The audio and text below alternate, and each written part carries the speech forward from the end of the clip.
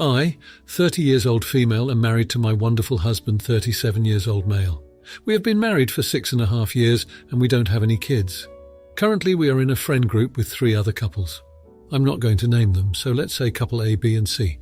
Couple A has 2 sons, couple B and C are currently pregnant.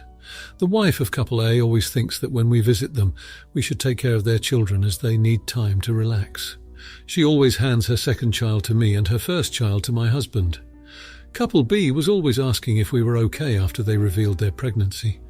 They made us feel comfortable, and they never talked about the pregnancy. When they asked me to be the keeper of their baby's gender and help them with the gender reveal party, I was happy to help them. When couple C fell pregnant, they were showing that they were pregnant from day 1. They shared their pregnancy news when they were 6 weeks pregnant. Now they are 14 weeks pregnant. They want to do their gender reveal at the end of October and want me to do their gender reveal. They also shared that they are having twins yesterday and want me to keep it a secret until the gender reveal. It hit me hard and made me emotional. I told my husband on the way home that they were having twins because I don't want him to get startled at the gender reveal day. Let me explain why he might get startled at the party. We have suffered many miscarriages throughout our 5 years of marriage. The first one was in 2017 at 19 weeks, the second one was in 2020 with twins at 8 weeks and 14 weeks, and the third one was in March of this year at 9 weeks. The last miscarriage happened the day before couple A's second son was born. We were quite devastated on losing our baby in March. We informed all our friends through text that we were miscarrying and we needed some time to heal. Around that time, couple B also fell pregnant, and they were considerate about our feelings, so they didn't reveal their pregnancy and told us at the end of July. It was hard for us, but we were happy for them. Couple A and C have never considered our feelings, only theirs. We went to visit couple A's baby when it was 11 days old, and she handed me her baby and disappeared for 1.5 hours. It was hard, but I held him and cared for him. After coming home, I cried, holding my husband. She never asked us how we were feeling or if we were okay. When she tells us to look after them, we do that and never say anything to them. It is hard for us to take care of them because we haven't healed through our losses. We don't say a thing and just look after their kids. Couple C is having the worst pregnancy symptoms and always says that she is having a hard time with this, and she doesn't want us to have these types of symptoms when we get pregnant. She knows our entire history. Today, I told couple C that I have told my husband that they were having twins and I need to consider his feelings. They were accusing me of ruining their surprise and not considering their feelings. Am I the jerk for telling my husband? Update. I have read all the comments. Firstly, I want to mention why I told couple C that I have told my husband about the twins. She called me every hour or so saying, "Don't tell your husband, we want to see his and other friends' surprise face." I just nodded for 4 times, but after that it was hard. I told her that I have told my husband about their twin pregnancy. It was triggering for me when she first told me, and a wave of emotion came. It was hard and I just wanted to be happy for her, so I didn't show it at that moment, and I didn't want my husband to feel that way in front of 50 people. For him, it will trigger some memories that we don't want on the happy day. I wanted to be on the safe side and had to consider his well-being, that's why I told him. After that, she flipped out, started crying, and told me I'm selfish. Her husband also joined and started telling me that I'm stuck in the past and have to let it go. They clearly told me they wanted a surprise, and I ruined it for them. I told them I just told my husband for his mental health, and he's not going to tell anyone about it, and ended the call. Couple C called today and started telling me how she wants her gender reveal and how to surprise everyone. I told her that I'm not comfortable doing their gender reveal. I asked her to ask any other friend if they are willing to do it. She started telling me I am a selfish witch and how I'm only thinking about myself and not about them. I kindly told her to think about how she would feel if she were in my place. I said, "Every day you tell us that you are going through so much pain and nobody understands you. Just in case, let's say, if you lose your twins, I don't want you to lose them. But just imagine, how would you and your husband feel? First, think about that, and after that, if you call me selfish, then I'm okay with it," and ended the call. As for couple A, I'm not contacting them and just staying silent for now. As for couple C, I just want them to understand that it is a big deal to lose a child, and I can't just let it go. If they are still inconsiderate about our feelings, then it's time to rethink our friendship. Now, for a few comments before the update. Comment 1. You're so not the idiot. But have you ever talked to couple A? Do so in a public place where kids clearly aren't allowed/expect, like a bar over drinks. Ask them why they keep handing you their kids. And AMP. Tell them how it makes you feel. Although I've never had a miscarriage, before I adopted my kid, I totally recommended BTW. People used to hand me their kids all the time. Maybe it's because they knew I loved kids and AMP didn't have any. Maybe it's because they knew eventually I'd grab play with the kid and AMP. It was their way of giving me permission and AMP, saying they trust me. Maybe they were exhausted and AMP needed a reprieve if only for a moment. My point is they'll never know how much you're hurting if you don't speak up. Should they know? Maybe. But then again, maybe they think they're doing you a favour by not mentioning your hardship and AMP, giving you to space to bond with kids. They should absolutely ask and AMP, not assume. But you have a voice and AMP must use it. Now back to this adoption thing. I absolutely love my child and AMP wholeheartedly recommended fostering to adopt. There are a lot of children who could use a loving family. I'm sorry for you loss and AMP. Difficulty you're experiencing becoming a mother. There are other ways if you choose. You have lots of options. Comment 2. Not the idiot given the history. If they can't understand how hard it is for you and your husband to keep putting on the happy face and taking responsibility for their parties, and that you might lean on each other for support, then they shouldn't have asked you for your help or told you anything. It's just cruel to rub this in your face. You were fine to tell your husband. I wouldn't have told them that though. But hindsight has 20/20 vision. What is done is done. Comment 3. Not the idiot, but I don't know why you told them anything. They're not being considerate of you. Taking care of your husbands and your feelings are important around couple A and AMP C, because they will clearly never look out for yours. Also, stop letting them walk all over you. You don't have to take care of someone else's kids. It takes a village is not a contract. Couple A and AMP C sound like terrible friends. Maybe focus on couple B and try to find some other friends. Now, for the update. It's been a while since I last posted and a lot has changed.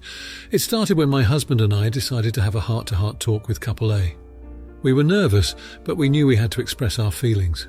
We explained our situation and how certain things were affecting us emotionally. We thought they wouldn't understand, but to our surprise, they were extremely supportive and understanding.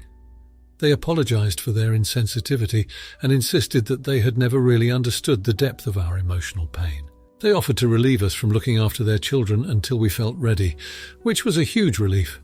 Couple C, on the other hand, was a bit more complicated. After the whole gender reveal incident, things were tense. But one day I decided to pull up my socks and confront them. I met them at a cafe and expressed my feelings about their dismissive attitude towards our struggle. I explained that it was not about their twins, but about our emotional well-being. Again, I was shocked at their reaction. They listened to me quietly, then apologized profusely. They admitted they had been selfish and said they didn't realize how taxing their actions were on us. We've since agreed to communicate more openly and consider each other's feelings in the future. In the meantime, couple B continues to be our rock. They've been sensitive, considerate, and have done everything in their power to support us through our journey, including talking to couples A and C on our behalf when things got tough. Now, for the most heartwarming part of the update, my husband and I have decided to adopt. We've started the process and are currently waiting for approval. The hope of finally becoming parents has brought a new spark in our lives. The best part? All 3 couples are supportive and excited for us. They've even offered to help with the adoption process and preparations for the new addition to our family. This journey has taught us a lot about friendship, empathy, and understanding. We've realized that sometimes people might not understand your pain, not because they don't want to, but because they simply can't. The key is to communicate openly. Yes, it can be hard, and yes, it can be scary, but it's necessary. We're now in a much better place emotionally and are looking forward to the future with excitement and hope. Thank you to everyone who supported us and gave advice during the tough times. We're eternally grateful. Now, for the comments. Comment 1. Not the idiot. It's commendable that you and your spouse took the initiative to communicate your feelings to couples A and C. Emotional vulnerability isn't easy, and it's great to hear that they were understanding and apologetic. It's also reassuring to know that couple B has been consistently supportive. What you're doing is not only fostering a healthier emotional environment for yourselves, but also encouraging open communication within your group of friends. As for adopting, that's a wonderful decision. It's going to be a beautiful journey, and it's heartening to see your friends excited and willing to help. However, make sure you're adopting for the right reasons and that you're prepared for the responsibility, because it'll be a lifelong commitment. Comment 2. No idiots here. It sounds like a tough emotional journey for you both, but it's great to see you've navigated it with grace and maturity. It's not an easy feat to confront others about their insensitivity, and it's even harder to express your feelings when you're going through a difficult time. However, remember that people aren't mind readers.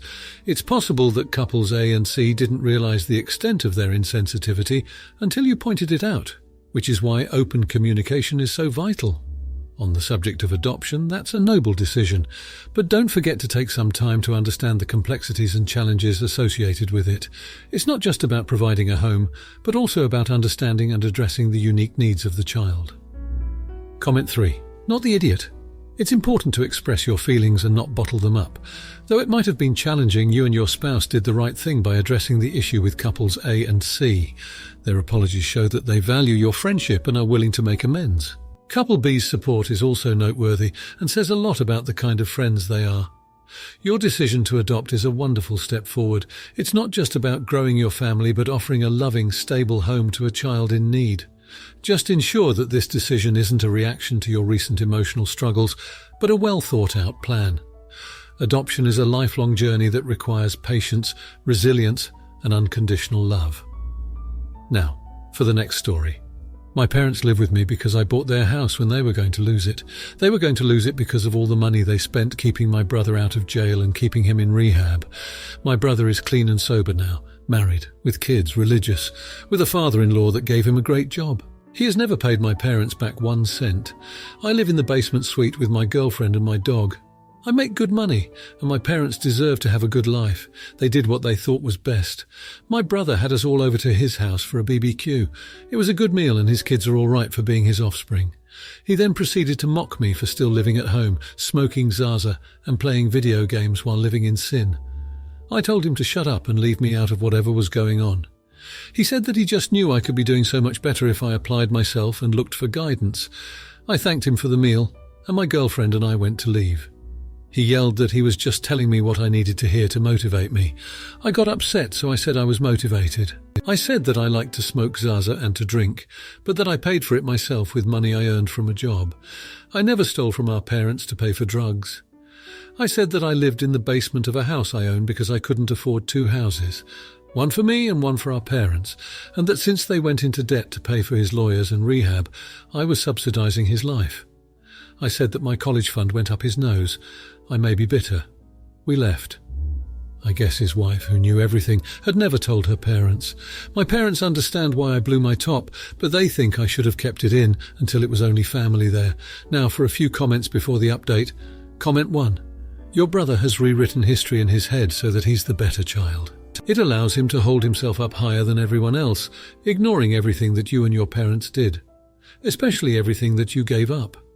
Honestly, the fact that you did such an amazing thing for your parents after they essentially forfeited your future for him and his drug habit speaks volumes about you. Your parents need to understand that keeping things in is what brought stuff to here. To them, losing their home because they were so focused on fixing your brother and giving him every possible chance that they didn't care what happened, even though he doesn't seem to care how any of that impacted anyone else, not the idiot. Comment 2. They think I should have kept it in until it was only family there. The in-laws are his family, and they have a right to know the kind of person who will be raising their grandkids. You're not the idiot, clearly.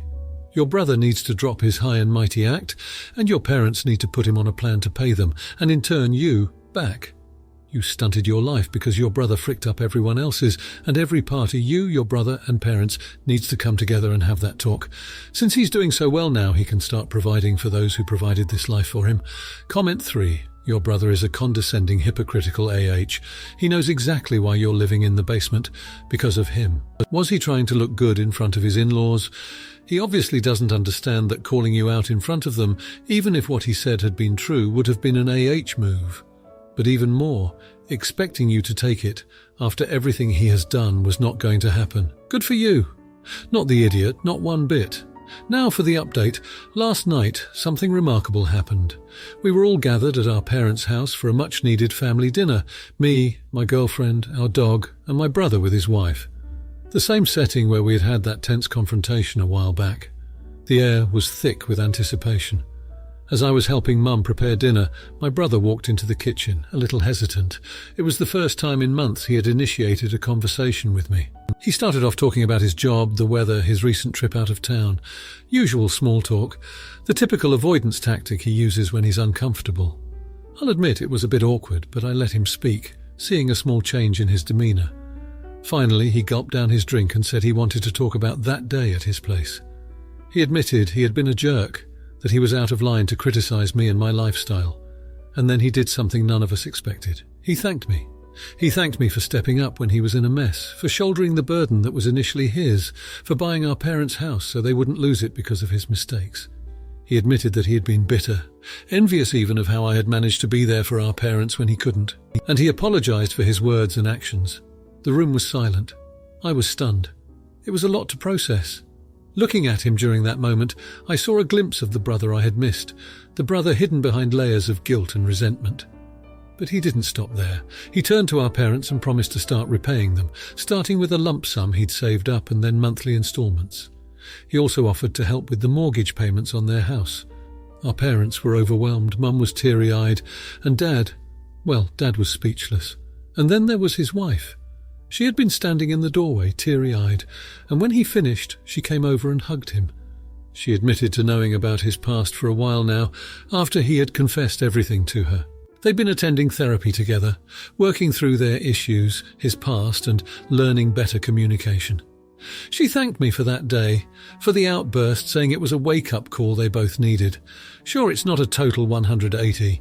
It's not all sunshine and rainbows now, but it's a start. It's a step towards resolution, healing, and maybe, just maybe, towards becoming the family we once were before everything got messed up. And that's more than I could have hoped for. Now for the comments. Comment 1. Not the idiot. It's clear that you had to step up and take responsibility in a situation that was difficult for everyone. You did what you had to do for your family, and it's commendable. Your brother initiating an apology and expressing gratitude for your help is a sign of maturity and growth on his part, probably due in part to therapy. Remember, it's not about him repaying you, it's about him recognizing his past behavior and making a genuine effort to change. It seems like a positive step forward for your family. Comment 2. Not the idiot. Firstly, props to you for stepping up and helping your parents when they needed it. Secondly, it's good to hear that your brother and his wife are making progress in therapy. That's a huge step in the right direction. It's not really about the repayment, but the recognition and appreciation for what you've done. It's a great testament to your character and the positive influence you've had on your brother. Comment 3. Not the idiot. It's evident that you've been a pillar of support for your family. Your brother's apology and gratitude, coupled with his intent to repay you, shows that he's begun to understand the impact of his past behavior and is making amends. The fact that he and his wife are in therapy and working on their issues is a positive indication of their commitment to change. Remember that repayment isn't the end goal here. It's about healing and moving forward as a family. If you like this video, you'll probably like these too. Also, while you're here, please consider subscribing. It's your support that keeps this channel alive and allows me to make better and longer videos.